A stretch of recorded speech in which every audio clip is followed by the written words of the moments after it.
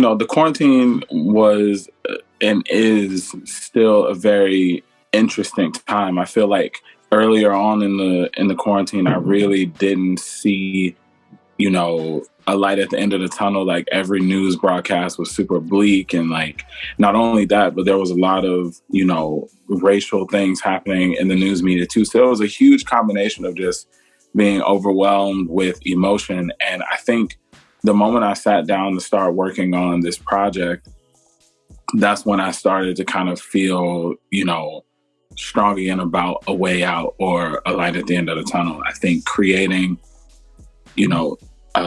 amidst hardship and amidst, hard times often is a light out for creatives. And I think I'm no different when I say that making this music during this time, like I needed this music during this time as well, So I hope it translates, to the fans that there was a lot of emotion and effort put into it, because at the time it was therapeutic to be able to wake up every day and work on something, also in the comfort of my own home. So there's a lot of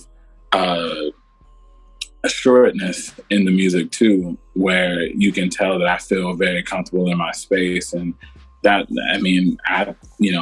as much as we hated being stuck inside, I will say that being stuck inside really, really made this project special, I think, invention is always birthed out of necessity. So,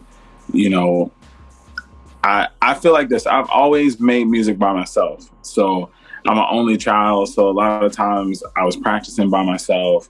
A lot of times I was recording, this music very early in my career by myself. I think, lately working as a professional, I've been in a lot of amazing spaces with other creatives, and we've been able to, rock out and think, critically about the songs and work on it together and do all of that. I think, but I'm always very comfortable by myself. And I guess that's a good thing for me, having to be in the quarantine. I do miss working with other creatives. I love getting in the studio and singing with other people, singing with my friends, making beats with my friends. And it always yields a positive result. But I think, the requirement was, you can't really move around like you used to. So a new requirement showed up in my creative space where I had to, force myself to listen to myself a bunch of times, hours on end, playing, beats.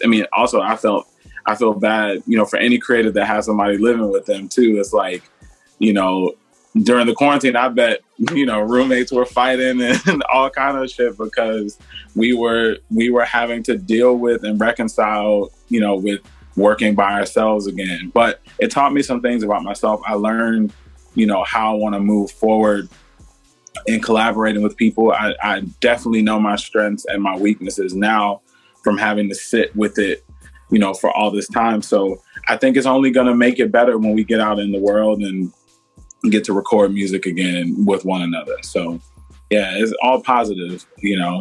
I tell everybody this, and this is just something I do for interviews. This is the message I give my friends, the people that I love. Man, just be really kind to yourself. Be kind to others. These are very, very trying times. We're still navigating, trying to figure out how to get back into the world safely. It's affected people's finances, it's affected people's opportunities, and you got to give yourself some grace and know that like the world is gonna get back to normal. The world is gonna heal in a way that we'll be able to move and be with one another again, and then be kind to others. I think there's a lot more that could be going on in the world where we're kind to our fellow man and we speak well of each other to one another and affirm that everything's going to be okay to one another. So those are my things. I don't have anything else. The album comes out February 12th. The Cream music video drops tomorrow, February 3rd. I'm getting an Amazon package tomorrow. You know what I'm saying? Just regular life stuff, man. We moving around. We trying to really grow and let people know that, R&B is not dead. It don't have to all look the same, but it's definitely not dead. You know, there's a lot of people out here moving and shaking, making shit happen in the R&B space. So shout out to those people who still want to keep this dream alive. So yeah, man,